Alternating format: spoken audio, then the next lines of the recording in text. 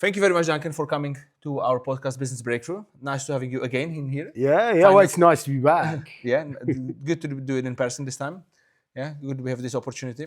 So, obviously, we just finished the mastermind for 5 days, and you gained some clarity about what you want to do. Would you mind sharing and opening up maybe with that? What is it you want to do, and how you want to help? I mean, especially maybe companies. Just we have a little bit of understanding. Yeah. So, I mean, I've worked in behavior change for a long time. I mean, you know this. The last time I was here, we were talking about behavior change.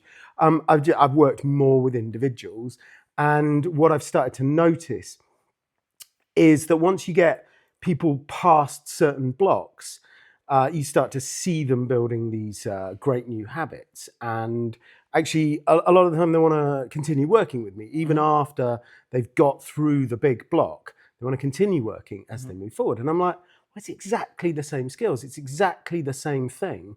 What's holding you back is also what can propel you forwards once you understand how all of that behavior works. So I'm thinking, well, it's almost a disservice not to help more people. And in my personal life, I broke a world record last year. I'm going to break another one this year. And what have I been doing to build the training programs, to build the team, to get all of that stuff done? It's exactly the same habits.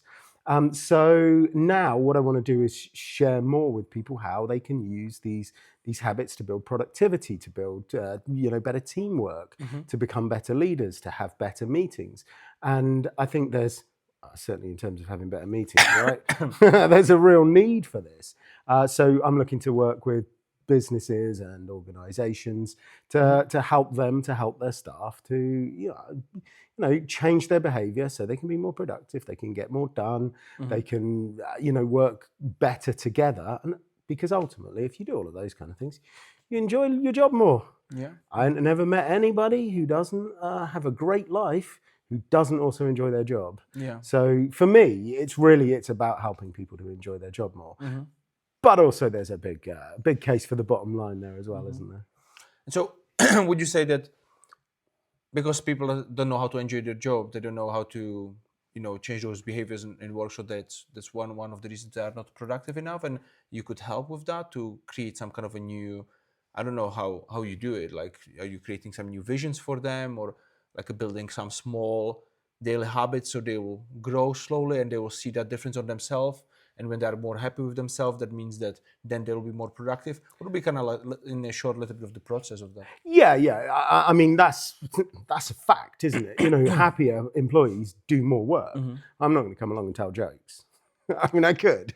I could come along and cheer everybody up, but no, there is a little bit more to it than that. There are certain techniques you can use. So if you take 8 hours of work in 8 hours, if you don't put it in the right order, you often don't get the difficult stuff done. I mean, what do most people do? They put off doing the difficult stuff, and they wait until they're really tired and they've got hardly any time left, and that's when they try and tackle the difficult stuff. The difficult stuff doesn't get done, Vincent.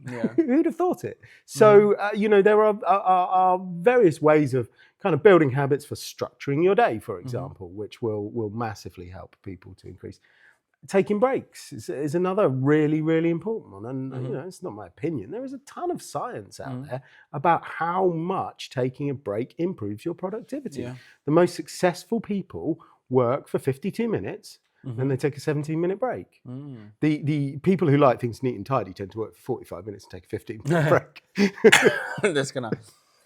Yeah, so it's about understanding that, finding ways of doing it, and building all of those kind of behaviors into your life. The bottom line is most people know they should be doing stuff like that. They don't do it. So it's about helping them find the ways to get past what's blocking them and getting them to actually do the stuff that they know that they should do. Yeah, with the breaks is actually interesting because from my personal experience, sometimes I feel like, oh, I have a lot of things to do today.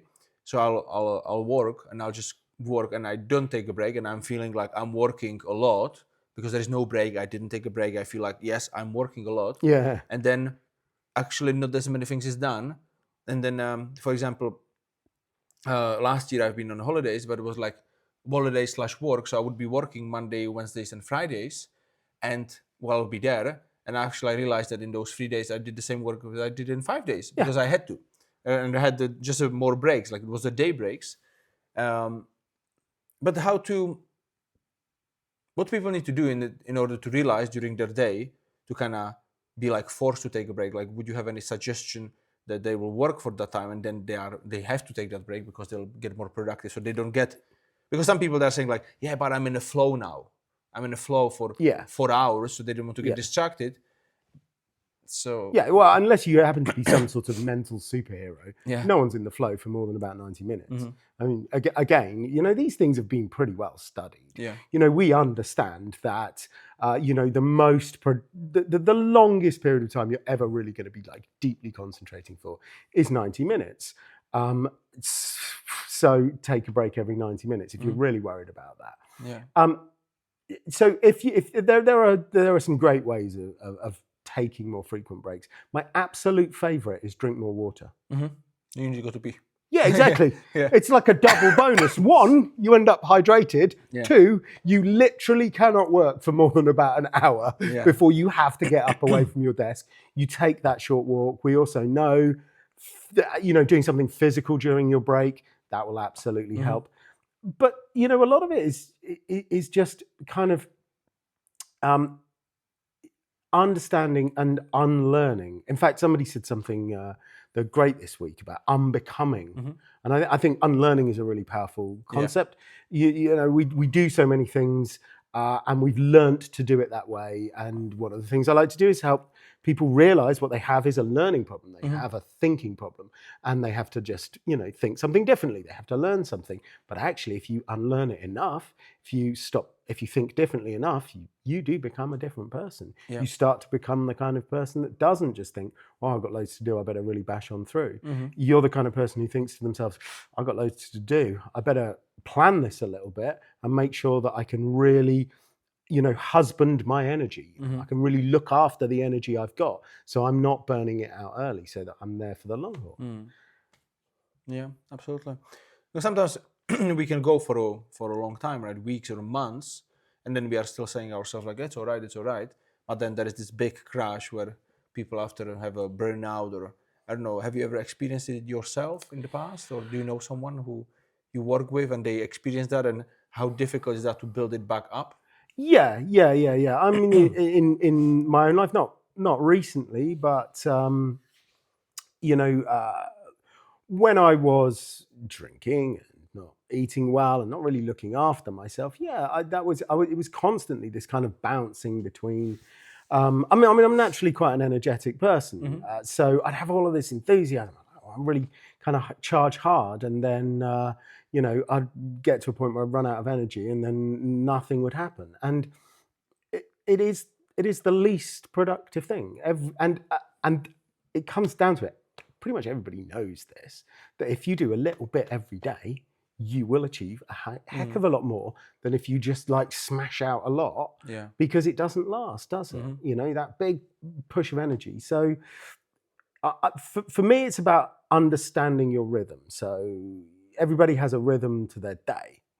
Everybody, and again, basically, this. If you don't, you can Google chronotype. But basically, do you like getting up in the morning? If you do, then you're going to have some more energy in the morning. If you don't, you're going to have more energy in the evening. But there's a rhythm to the day. And if you work with that rhythm, then you can achieve a lot more. But actually, there's a rhythm to the week, isn't there? Some people love Mondays. Some people don't like Mondays. Some people, are looking forward to Fridays. Some people, not so much. So work out where your biggest energy is in the week. And there's actually kind of like an ebb and flow to energy on a much bigger level. Everybody has seasons, and sometimes they do correspond to the actual seasons, but sometimes you've got a big project and you're working towards that. And even if you're like being quite careful about it, you don't burn yourself out and crash at the end of it. But I've definitely had that after my world record attempt last year. We put a lot into getting to that point, and then afterwards, it wasn't like I kind of. To be fair, I did sit on the sofa for a little bit after dancing for 11 hours, but it wasn't this kind of massive crash. You deserve it. Yeah, thank you. Yeah, I think I did. It wasn't this massive crash, but it was. It was like, well, what's next? I had plenty of things to do, but it just the motivation was a bit lower, and I kind of knew that, and I'd kind of planned the year around that. So I had a little bit of a lull. I wasn't hard on myself. I was just kind of like potted along, and a few weeks later, started to get back up again, started to get up to speed, go on, next challenge. Another stupid Morris dancing world record attempt. Yeah, that'll be good. Yeah, I know exactly what you mean, because I would be going for, let's say, holidays, and then I would fly home. Let's say it'll be Tuesday, and then I would already have a scheduled meetings on Wednesday, and then because I would be like, okay, fly this Tuesday. I've been with my family for 2 weeks now. I need to do some work then I'm at home, and it's Wednesday. I'm like, oh, I'm not feeling it. It's not the right time. Yeah. So now I learn. So now, for example, I'm flying back on 18th, back, but I'm telling everybody I'm back on 21st. Yeah. And the calendar is open from 21st. So I have this kind of two days to a little bit adapt. Yeah. And I'm still going to go to the office and I'll do things, but I don't need to speak to anybody. I can just slowly build it up before I'm going to do some more work with people, because obviously that's sometimes the more difficult one. Yeah, and that's that's funny, because it's so counterintuitive. You should really be like, wow, I just had a lovely couple of weeks. Yes. No, I was in a nice resort. I didn't worry about the cooking or the cleaning. It's basically holidays as close as we ever get to being treated like a celebrity. Yeah. So we should come back and we should be like, I'm ready to go. It's never that way, though, is it? It's always kind of like this thump back to earth. And yeah, you've got to understand yourself, and you've got to find out who you are. And, not everybody is as lucky to have as much control over their diary as we have, but you have control over the way you approach things. Yeah. And if you sort of like come back and expect to just like plow through the 147,000 emails that have accrued in your inbox whilst you've been away, then you're going to be disappointed, aren't you? And it's part of it is just knowing that. And it's like, all right, okay, so I'm not going to be at my best. There is going to be a ton of work on my desk, but I'm not going to beat myself up about it. I'm just going to accept that those two things are true, and I'm going to do my best. And if I need to take extra breaks, I'll just, drink more water. Yeah. So you mentioned so that obviously now you are going to companies, you will help them with the productivity. So which means the company will make more money because people will be more productive, which obviously you're going to utilize the behavior changing for their staff. Is there anything else you would be doing with the companies if you are there already, while you are working on the productivity? I don't know, in mind, because we were discussing in here before, was it communication? Would you be helping with that as well? So Yeah, I think there's an awful lot around teamwork that comes from sort of similar behaviors and similar sort of thoughts. We have a lot of kind of beliefs that underlie our actions, and getting to grips with those beliefs can help us to change those actions. And a little bit of understanding and a little bit of dialogue, that can really help teams work together a lot more. And I've spent years coaching groups, and I think it's one of the most powerful things you can do to help people to sort of really be open and honest about where they're coming from. And it's a real privilege when you sort of see two people and they've been kind of like knocking up against each other for a little while, and they start to understand the reasons why the other person is acting that way, and they're like, oh, and I thought you hated me. And it's like, no, of course they don't hate you, dude. It's just they've got something else going on, and they've got something else going on. And, that opportunity to be in the same room and see it for what it really is, and see things from other people's perspective, it's so incredibly powerful. And, I always come back to this. I've never met anybody who is really happy who doesn't enjoy their job. And therefore, I just... anything I can do to help you enjoy your job, I think, is going to make the world a better place. It's also going to make you get more done at work, which, increases the productivity, which increases the bottom line, which basically makes everybody happy, doesn't it? Yeah. It reminded me, in the past, we would sign up for it was like a business coaching. So we would have a business coach, he would come to our company, and we had how many was it? Like 6 people, 7, I don't know, including me as well. And then and then we would be doing like, I know we a little bit spoke about it, but not as much. Obviously, you mentioned you have some of your opinions about it, so you can maybe share. But we did the disc exercise to find out where we are as a people, which kind of obviously zone, and then the coach would be going through every single one of us through that in front of like everyone to understand it. Because, for example, if I would be selling something to my team, I'm very direct, because I mean I've it's spotted that. also in my nature. It's also like we are from Czech Republic. We are just more direct. Yeah. And I would say something, and then my staff would get offended that like I Yeah. said it this way. But when we've done this exercise, it literally showed that, like, yes, I'm that kind of a person. So I'm you will know I'll communicate this way. And then I knew that they are that kind of a person, so they will take a little bit more time, or they'll go around before I will understand it. Or this person thinks more digitally, so with them it's a little bit different to show them more spreadsheets because they need more data. So it was very powerful, actually, exercise to put us on a good kind of understanding. And we are talking about us just being 7 people. So I can imagine if you go to companies which there is 20, 30 people, bigger teams, so then this can be a lot. So do you use any tools like that, or how do you do that? Yeah, I mean, I do use diagnostic tools. I think they're really, really interesting. My favorite thing about DISC is I went and did one of these sessions back in the day, and then I came home and I started to talk to my wife about it, and she was like, "Oh, she's really interesting in all those kind of things. She's got a degree in psychology, master's in psychology. Shouldn't sell her short, should I?"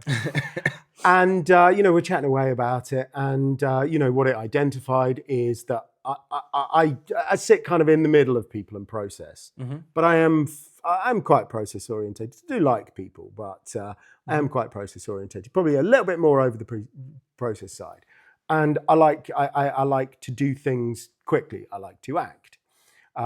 My wife is very people orientated, and she likes to do things slowly. She likes to think and reflect. So we're complete opposites.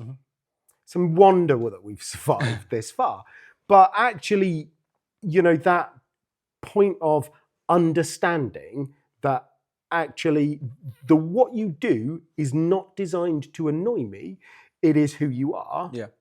It's massive, isn't it? It's really big. And I think anything that helps you to think about your thinking and helps you to become more self-aware is useful. Now, some of those personality typing tests are not true. They like the science behind them is ropey, and it really, in an objective sense, it's completely false. However, if it gets you thinking, and it makes you think how you interact with people, and that improves your relationship, who cares? Yeah. Who cares? If it helps you to do something better, does it matter what the science says? Not really. So yeah, I use a lot of different diagnostic tools, and I think it's one of those things that it's really it comes from experience that once you've done it enough, you start to realize, oh well, I am in this kind of a situation, so what we need is this tool. Yeah. Rather than I love this tool, everybody should use this tool. Yes. Because I long ago realized that just because I love something doesn't mean that everybody loves it. It's almost like we're different. Like I'm up here and some people are down here. They need a different tool to me. So yeah. You gotta have a variety of approaches. Find what works. Yeah, I think that's what makes you really powerful. Because if you go to those teams, and obviously you're gonna interact with them, then you have your toolbox, and you're like, okay, so for this team, I will gonna use this, this, and this. And the other ones I'll put aside. So that's why it's very good to be able to do these things and improvise, because there's a lot of people, they, like you mentioned, they're going to create their own one framework, and now they are pushing it to everyone, and this is the only framework there is, because it's mine, I have created, and there is nothing else. But it's not going to suit everybody. So if you can kind of adapt based on the room, like even in here when we've done the mastermind, I didn't know what we're going to be doing, and I just felt like the third day, for example, like people are more settled. I'm not going to start yet. Let's do some exercise. And I didn't plan it. And we just did one of the exercise, which was a tool, which I learned. And it's just reading a little bit the room and seeing what can be done. And I think that makes, speakers or trainers like yourself very powerful with what you do to be able to adapt. Yeah. And it was a great exercise. Yeah. And I've nicked it. I've stuck it in my toolbox. Yeah. Good. Yeah. Yeah. But I mean, that's how we learn, isn't That's it? how You we know, learn, we interact with other people and we think, oh, you know what, you did that really, really well. Yeah. And some of the time people do stuff really, really well. And I think, I love what you did there, but it's totally and utterly not me. Yeah. And I couldn't get away with doing that. So I'm not going to. But yeah, I absolutely agree with you. I mean, when it really comes down to it, all models are false. Mm-hmm. You know, none of them are universally true. Yeah. But in different situations, they're all useful. So Yeah. you can't just have one.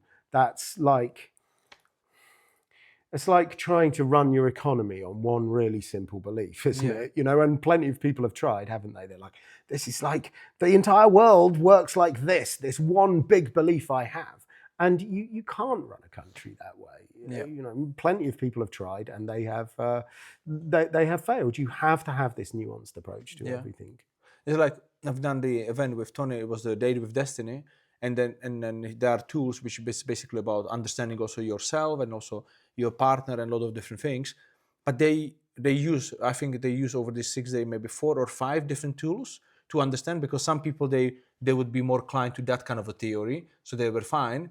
But they are throwing those tools out of view, and you need to go through all of them because some people are like, I don't know if I'm a wood or I'm a this, because there is this whole of that, or then there was a more simple one, more complex one, and basically just throwing at you tools which some people have an aha moment in the point 1, some people point 3, and the purpose is like over the 6 days everybody will have that aha moment, they will understand. Yeah. But like you said, like it's about able to change.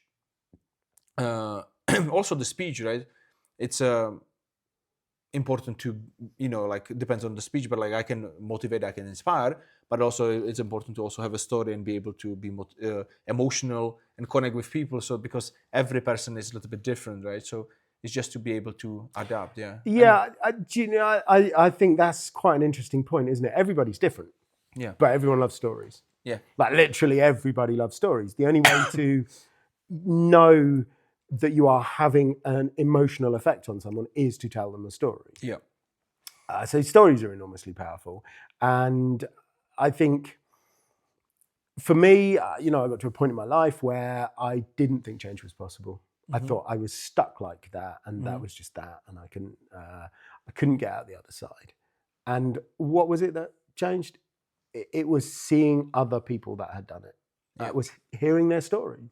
That's how powerful stories are. They can take us out of this kind of trough that we've got caught up in, and we don't believe that there is any way out. You know, we believe that is who we are. You know, so we have become that, and the only way to unbecome it is to actually see examples of people who have changed. Yeah. So stories, case studies, examples, they're so incredibly powerful. I've got loads of them as well. Yeah. We had an example yesterday, right? Where somebody shared a story on the day 3, and then one of the members mentioned like, I thought I don't want to share that because I thought it would be selfish, but when you shared it, now I feel confident enough to share it because I feel the same. Yeah. And then and it was so nice that he opened up because they shared. Yes. Yeah. So it's like you can really connect the room together a lot. Yeah. That happens all of the time in group coaching. Everybody is sitting there thinking they're the only one that thinks that way, and that everybody else has got it all buttoned up and it's all fine and there's no problem. Yeah. And it's the emperor's new clothes, isn't it? You know, everyone sees that the king is naked, but nobody's got the guts to shout it until the first person's, the little kid in the story, isn't it? Says that the emperor's naked, and everybody goes, "Oh yeah, so he is." So yeah, I mean, that's. But it was the best dress, you know. Yeah, well, yes, expensive. Yeah, very, very expensive nudity. And sometimes I mean, I'm a fan of coaching. I know you're a fan of coaching. You're a great coach, and it's effective one-to-one. But sometimes I think it is even more effective in a group, particularly when there's a kind of a similar problem that everyone's going through. Well, number one, I don't have to have 15 sessions. Yeah. I can have one session. That one session is going to last longer than 15 one-to-ones. It's going to last longer than a one-to-one, but it's going to be shorter than 15 one-to-ones, isn't it? But actually, it's going to be more effective because I can sit there and I can kind of help each individual try and understand that probably other people feel that way. Yeah. But nothing nothing does it quite like a demonstration. And it was one of those great moments. It's one of those moments where you think, you know what? I don't struggle to figure out why I got out of bed with moments like that. It's just, it's fantastic. It's great to see the relief. You know, it's kind of like a burden lifted off their shoulder. That's brilliant. Yeah, this is about. That's why we run the masterminds, but also another events where it's more like the group, because like you mentioned, like the brilliance in the room, they'll answer these questions. And I remember when I started working with JT Fox. So then he was saying he's doing it's called Top 1%, and it's basically 50 people in the room, and he coached them, and the coaching is like 10 minutes, spotlight, boom, boom, boom, quick. And the thing is, the reason why he's doing it also, I mean, it's more effective with like people, but he said like he hates people asking him the same question. It's like he would have a client before asking question, he would just give them all the answers, and then the second person asks exactly the same, and he's like, cannot do it again. So when he does it in the room like that, so the second person is not going to ask the question because it was answered. And I know it happened in here where one of the participants, she was coming here, and she was like, no, I had all these questions, but now they were all answered, so now I created the new ones. And I'm like, that's exactly why it's in the group. So we can get through more things as well, because you're not going to ask the same question. So it's very powerful, Yeah, and sometimes, I think sometimes people ask the questions that you almost hadn't even, and it's not that you hadn't thought about it as such, but you hadn't quite put it into words. And that definitely happened to me this week. Somebody else was talking about something completely unrelated to what I do, but actually that's a problem I've got. And I probably wouldn't have phrased it quite like that. I was probably thinking about it in a slightly different way. I was thinking about it. But the way you put it, kind of, that really resonated with me. There was a big discussion about it. I'm making a lot of notes. I figured out what to do. You didn't even have to open my mouth. Yeah.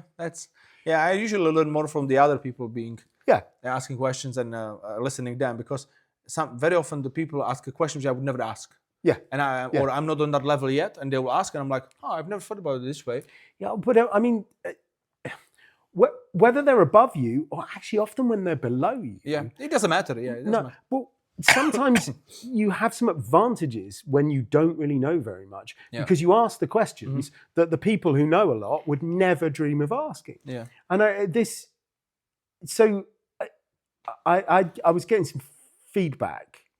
Well, I was doing a speech, and I'd asked the audience, if they thought there was anything that I could improve, I'd love to know. And this kind of lady came up into the afterwards, and she was all really kind of nervous, and she's like, "Hello, Duncan, you're a really great speaker. I don't think there's anything I could ever say that would help you, but I noticed this." And then she just said something that totally blew my mind. And it was like, I never would have thought about that. And because of the way she said it, I know all of the other speakers that I know would never say that. They'd never think that way. Because, beginner's mind, there's a lot of clarity there. You don't get caught up in all of the rubbish, do you? So, your opinions are always valuable. I think that's an important lesson for everybody. That doesn't mean I always want your feedback, by the way. But your opinions are valuable, and I will endeavour to receive them in the spirit that they are sent out. Yeah, absolutely. It's like when you do the teamwork trainings in the company. So you can obviously share with them some things, and you can share with them some opinion, and can try to help them. But it's up to the person if he or she will take it or not. Maybe sometimes they are not ready, sometimes they are ready. And obviously, as a good facilitator, speaker, and trainer, you feel if they received it or not, because you can read the person if they are taking, and if they are from now on will be doing something about it, or you need to work a little bit more with them. Like we experienced in here with skiing, right? We have a ski instructor, and he's seen like some people need a little bit more time. I mean, he showed you we're in a group setting couple of times, and you were like, off you go, and you were like skiing. And then there were people that needed more of the one-to-one and a little bit longer in order to understand. And some people still don't get it. Yeah, but they were enjoying themselves. They were enjoying themselves. That's the thing. If you can enjoy yourself falling over, you're going to, at some point, you're going to learn to ski, aren't you? And I mean, it comes back to a couple of things. I think a big problem most people have is they're focused on hitting the target.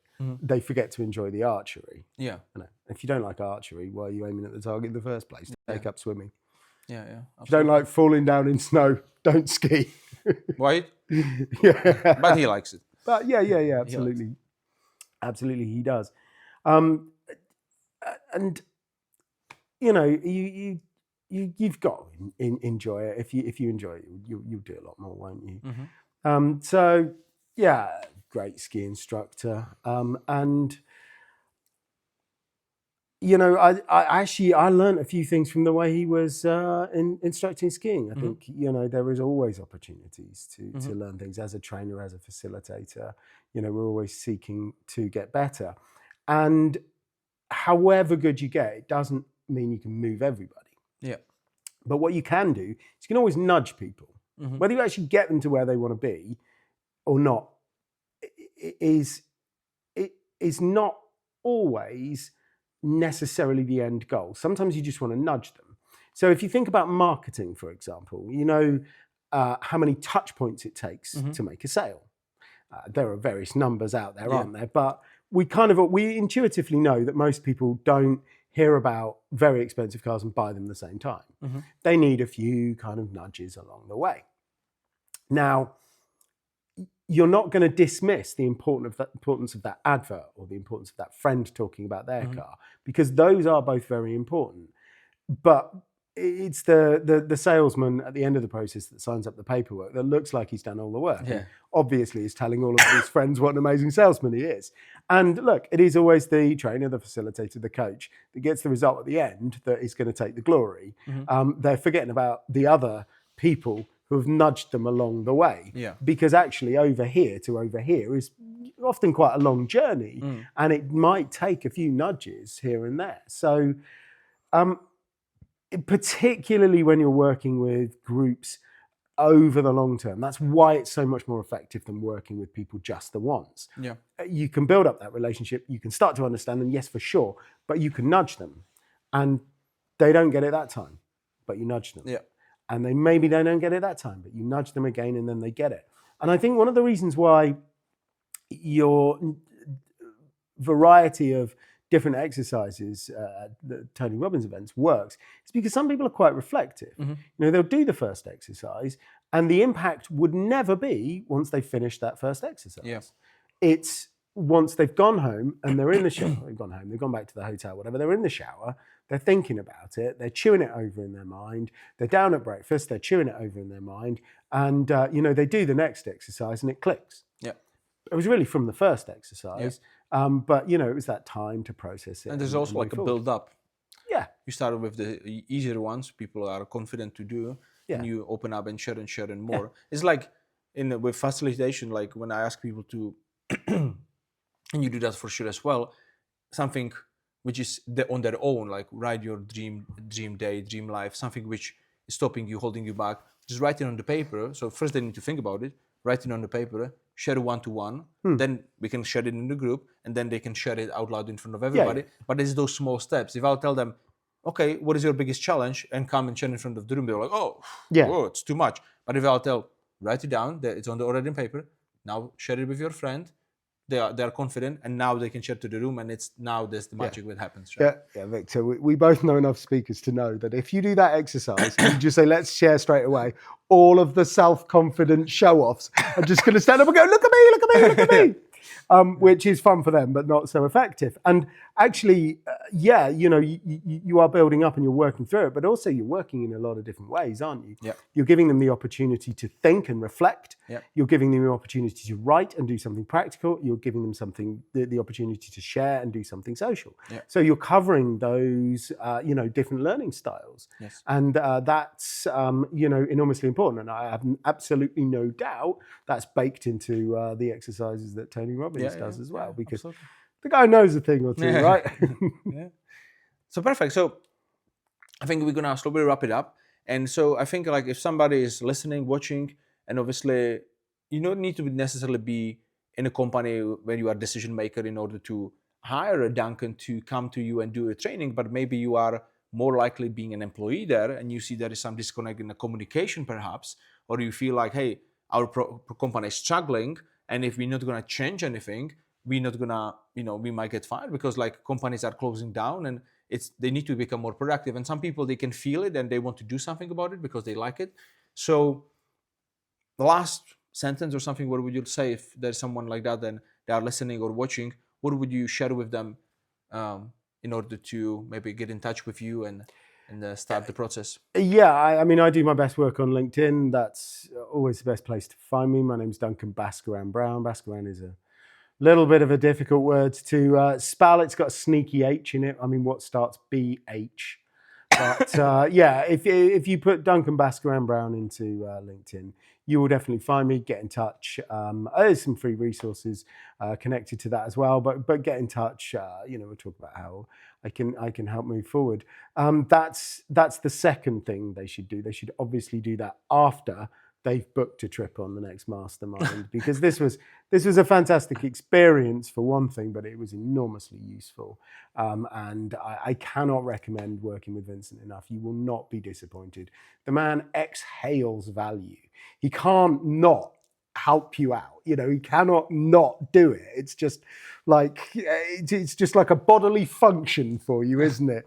Giving people value and helping them out. So thank you very much for the last few days. It's been fantastic. Thank you very much. And then we'll put all the obviously links for Duncan in the chat, so you'll see it over there, and you can get in touch. Thank you very much. Thank you. Thank you, man. It's a pleasure. Nice to having you.